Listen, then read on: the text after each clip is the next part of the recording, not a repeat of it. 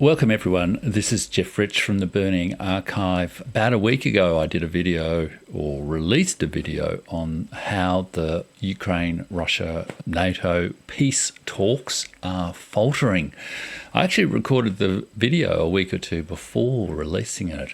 And of course, over those couple of weeks there have been some very significant developments. Of course, most significantly perhaps the Operation Spiderweb, which attacked a number of the nuclear capability airfields of Russia on June the 1st.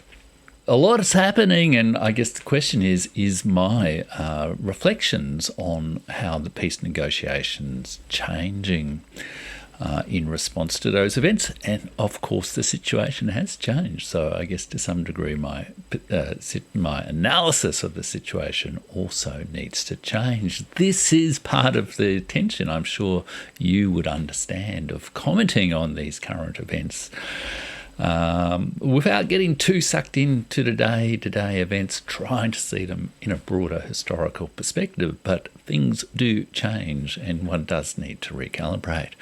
Now, broadly, what I set out in that video was the idea that this current conflict is a five-state war, or a conflict of five warring states. Ukraine, Russia, obviously, but also the European Union, Britain, and Russia.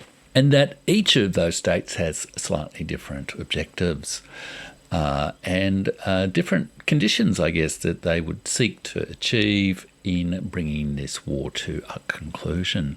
And that part of the difficulty and the faltering of the peace process has exactly been that there isn't really a process to get all those five states, if you like, on the same page. It might be a bit of a trivial statement in relationship to such a major conflict, but certainly no substantial process to get people to a robust agreement on ending the war and then building an enduring peace. As it happened, I was invited to the Worlds Apart show to be interviewed on the whole question of the prospects for peace negotiations in the Russia-Ukraine-NATO war, and interviewed by Oksana Boyko, who is the very wonderful host of that show. Of course, it's difficult to get RT is not available largely, I think, at all on YouTube, and is not available in many jurisdictions due to the kind of speech restrictions that have been imposed in a number of countries. That interview is coming out on Sunday, June the 8th, and I'll leave a pinned comment with a link to the video where you can watch it. I highly recommend it. Now, it was a bit of an awkward interview for me to do because the news of the Operation Spiderweb response was breaking. Really, it only happened a couple of days beforehand. The nature of the response and the interpretation of the events was really unfolding as we spoke. And, it was a very sensitive situation. No one quite knew what would happen. There had been a strike on the nuclear capability of the world's major nuclear power. And there was, I guess, a lot of fear of what might come next, a lot of uncertainty, and some very vexed issues of international diplomacy. So I was a little bit nervous, I guess, during the interview, and a little bit unsure as to how to respond to some of those things, and also had incomplete information, I guess. So I want to really recommend you do watch the video, but I also wanted to make this quick follow-up video, partly to bring it to your attention here on YouTube, because the Worlds Apart show can't be readily broadcast on YouTube, but also to just highlight a few additional points that I wasn't able to really bring out in the discussion, but I think are really important to understand what is happening. And they are partly points that have become clear as more information has come available over the last few days since I did the interview. So the first of those things is, of course, when I did the interview, the Istanbul, the very limited agreement, the exchange of memorandums, the agreement to exchange the bodies of casualties on both sides. In particular, I think approximately 6,000 Ukrainian officers who was...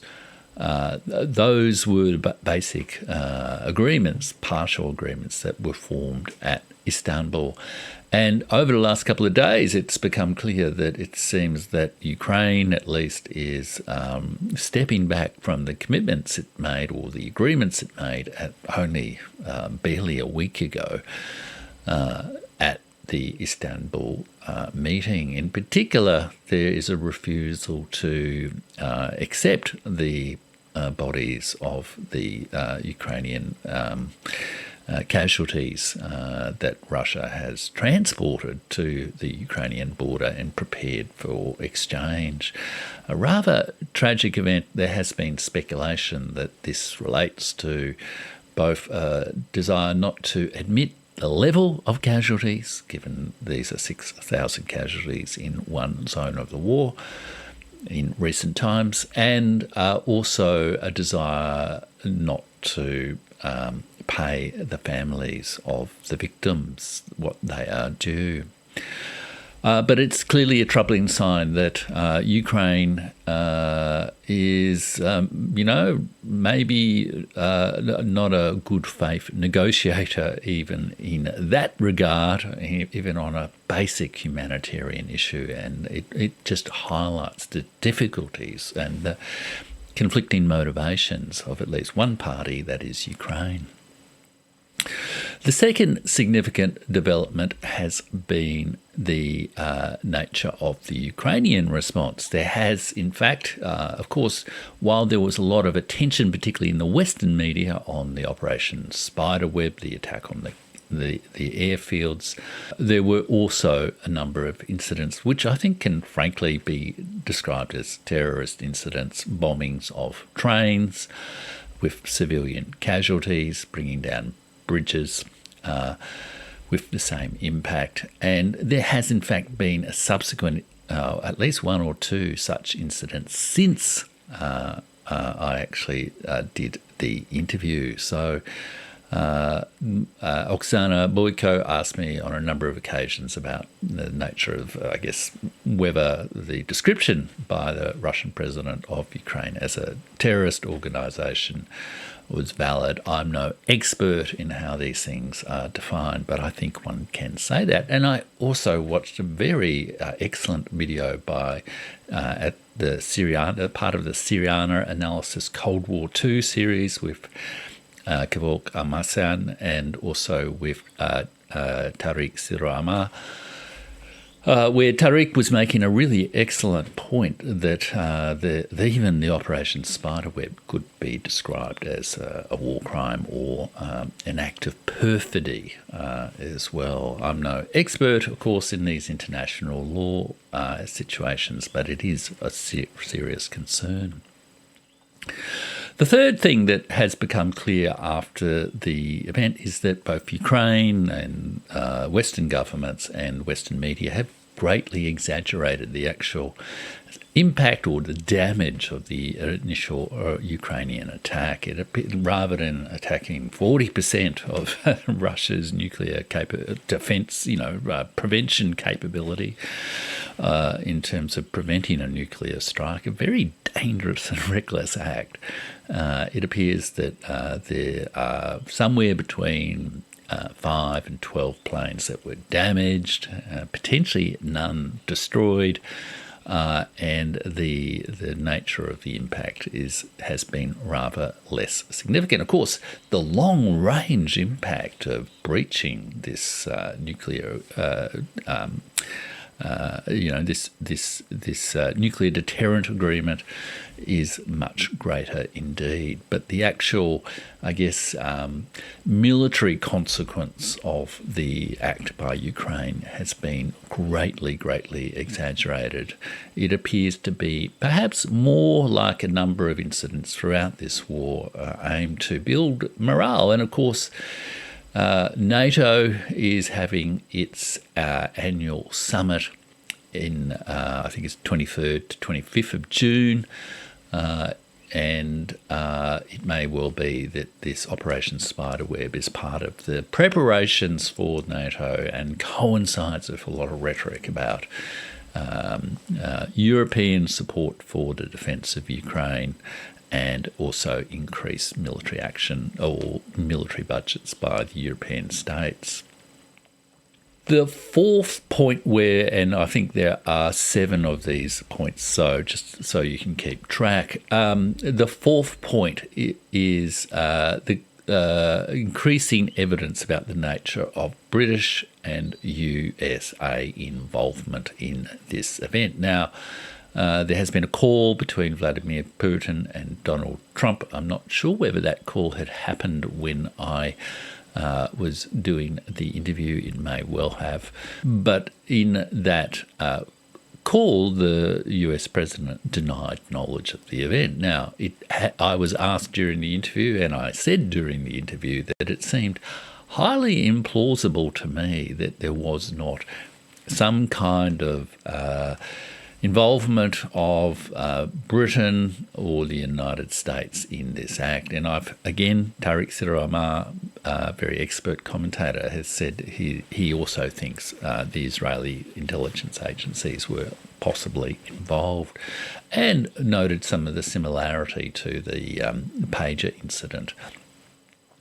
It does seem to me increasingly that there is some pointing of the finger at Britain, but there is also some suggestion that this may well be a kind of a leftover, an operation that was mandated potentially as a package of measures even. Remember Victoria Nuland's famous remark about some nasty surprises for Russia on her departure from her position as Under Secretary of State.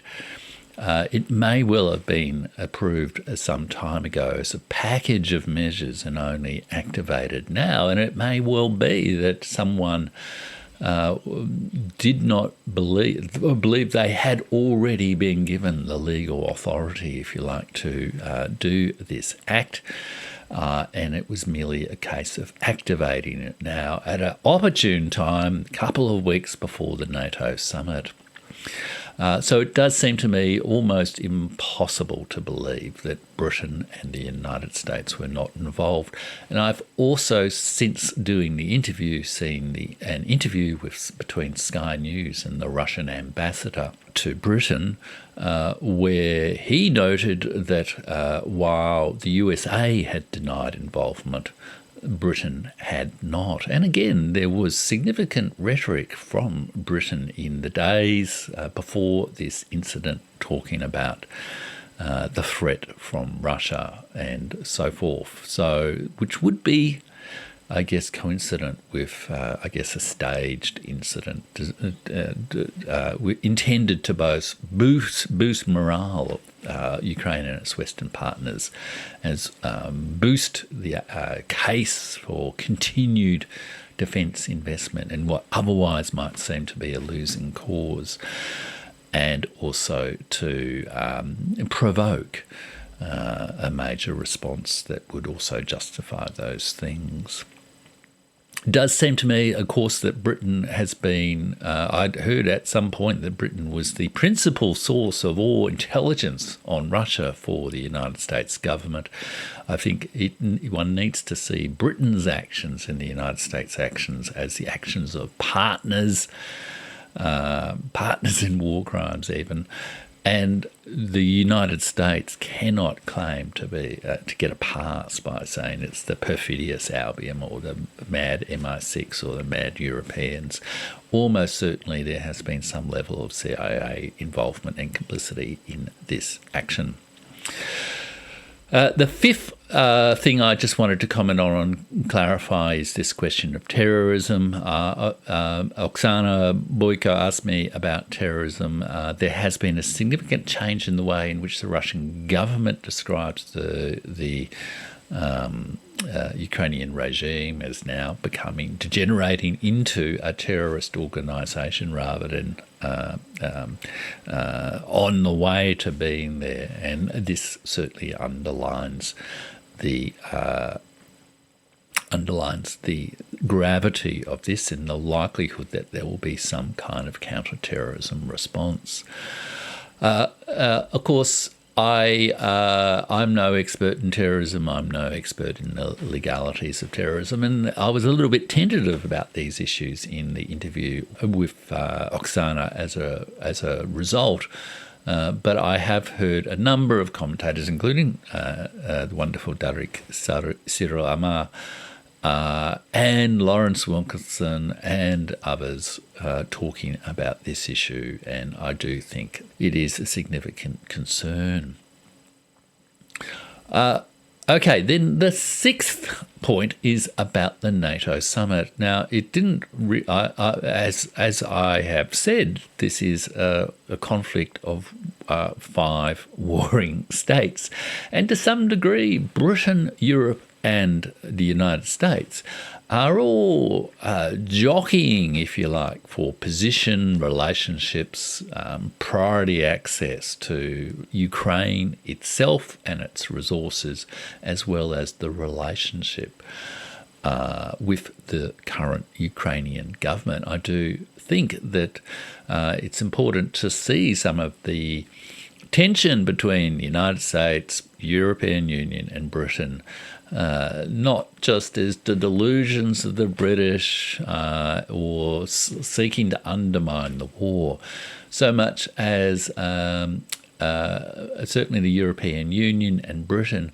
standing loyally with Ukraine all the way to the end and positioning themselves there as the true defence partners of Ukraine, the true partners for post-war Ukraine, unlike the United States. They are, I think, setting themselves up to be to get more out of this war than they otherwise would if they only followed the US orders. There are a lot of commentary out of the United States takes, at rather face value Trump's efforts to end the war rather than to end the war in a way that coincides with American interests and, avoid all blame for America's principal role in supporting and provoking this war. But I do think this is an important thing, and this is part of the context, I think, for this event, the upcoming NATO summit.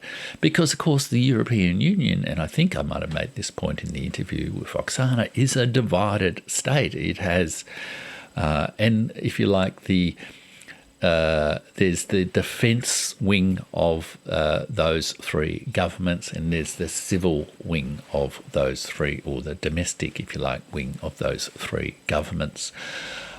NATO is the forum for those, and it's also the power base for certain people within those governments who, on the whole, are much more acting in conformance with US global geopolitical power projection, the American demand that Europe spend more on defence and all that kind of thing. Whereas I think if these states actually consider their genuine, to the extent that's possible, reflect upon a reconceived idea of their national interest, it's not necessarily expressed through NATO. But I do think that a lot of the nature of the positioning around this thing is about the NATO summit. And of course, in recent days, we've had Mark Rutte saying that NATO is the strongest defensive alliance empire stronger than Rome, stronger than Napoleon, the Napoleonic Empire, which is a very odd comparison to make in the context.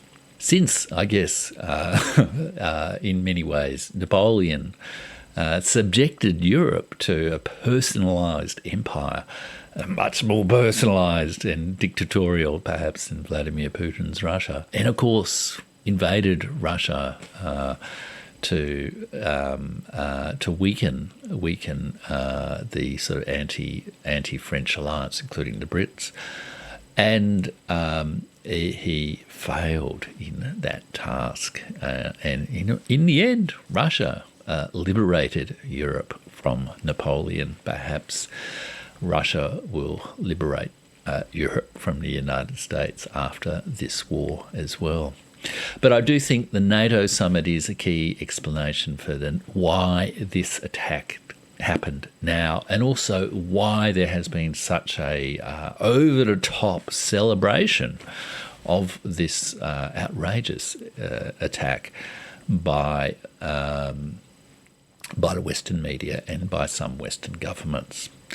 And then the final and perhaps most important and uncertain aspect that I wanted to comment on is the nature of the Russian response. Now, there has been a government ministers meeting where I was since the attack, and also prior to the interview I did with Oksana Boyko on RT International, the Worlds Apart show. I think I commented in the interview that at that point the Russian response does seem to have been relatively restrained. Now, of course, no direct response had been ordered. And as I was recording the interview, of course, some significant, very significant bombardments of Ukraine by Iskander and other missiles, which appear to have destroyed, drone factories and missile storage, like major missile storage of Storm Shadows and ATACMS and other kinds of missiles. I generally don't get too much into the kind of military detail, but it is significant that that response has happened. But there has not really been a big lash out, a big retaliation. There's been no Oreshnik strike, although I did see, as part of that meeting with government ministers, that President Putin was briefed on the Oreshnik strike and on its capabilities. So that may yet happen. Who knows? It may even happen before I release this video. That's part of the uncertainty of these events. I certainly don't think there's any likelihood of a nuclear capability, but I do feel there is likely to be more than just the bombardments on Ukraine.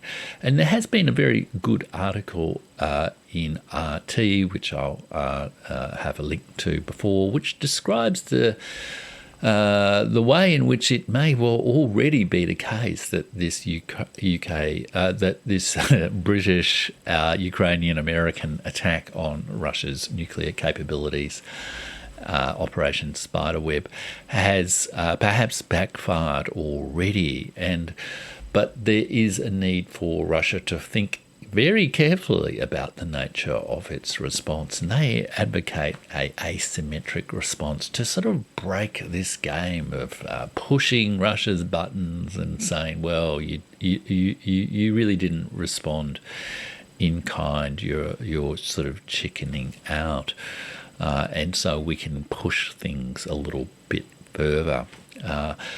I feel that is not likely to happen, but I have absolutely no information on the nature of the response. But I did note that Sergei Lavrov said at the government ministers' meeting that, it was important not to fall into a trap of provocation.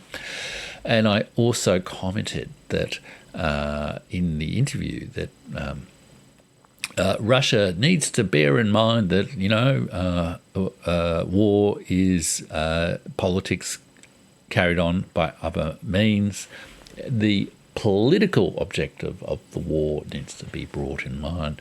Russia needs to really think about its political objective in the nature of this retaliatory response. And I do feel to some degree that does mean breaking apart the four parties and sort of sequencing their termination of the war. And the first and most crucial party to sort of get out of the war to some degree is the United States, because it is the principal partner, the provider of the surveillance and the money and the weapons and the intelligence operatives and all the rest of it. And that with that out, both Britain and Ukraine will be substantially weakened, and the likelihood of a more good faith negotiating party in Ukraine would be greatly enhanced by weakening its connection with the British government, and also perhaps a change in regime in Kiev. And when that is done, I think when the sort of extreme ethno-nationalist, let's die in a blaze of glory regime in Ukraine has left, then I think the European Union will see a different perspective on things when the United States just sort of gets out and tries to get as much as it can out of the conflict. I think the European Union will reassess some of its strategic interests in the longer term, and perhaps we will see that a different kind of negotiating position might appear for the European Union after the actual defeat of the current Ukrainian government, and perhaps the isolation of Britain and its MI6 operations. I think a different sort of operation may well emerge. So look, they are some additional comments I really wanted to add to the video. It was my first time ever really being interviewed on a major television show, so I was a little bit nervous. But I really do recommend you do check out the video. I'll include a link to it in the pinned comment. And if you'd like to support my work and help me be a reasonable voice in world affairs, promoting peace and dialogue and cross-cultural understanding, and get away from this terrible, terrible rhetoric that the West has fallen into in the culture of the Second Cold War, then the best way to do that is to join me at my Substack, the Burning Archive Substack, at jeffrich.substack.com. You can support me directly there as a paid subscriber for a really minor amount, and I will be having news for all my subscribers soon, and let you know here on the YouTube channel as well about other ways you can work with me on changing our mindset about this changing world, learning to love the multipolar world rather than fearing it, finding our security in Eurasia rather than from Eurasia. Hope you can join me there, and I hope you do enjoy the interview I had with Oksana Boyko. I'll have more great stuff here on the channel soon. Thanks for watching.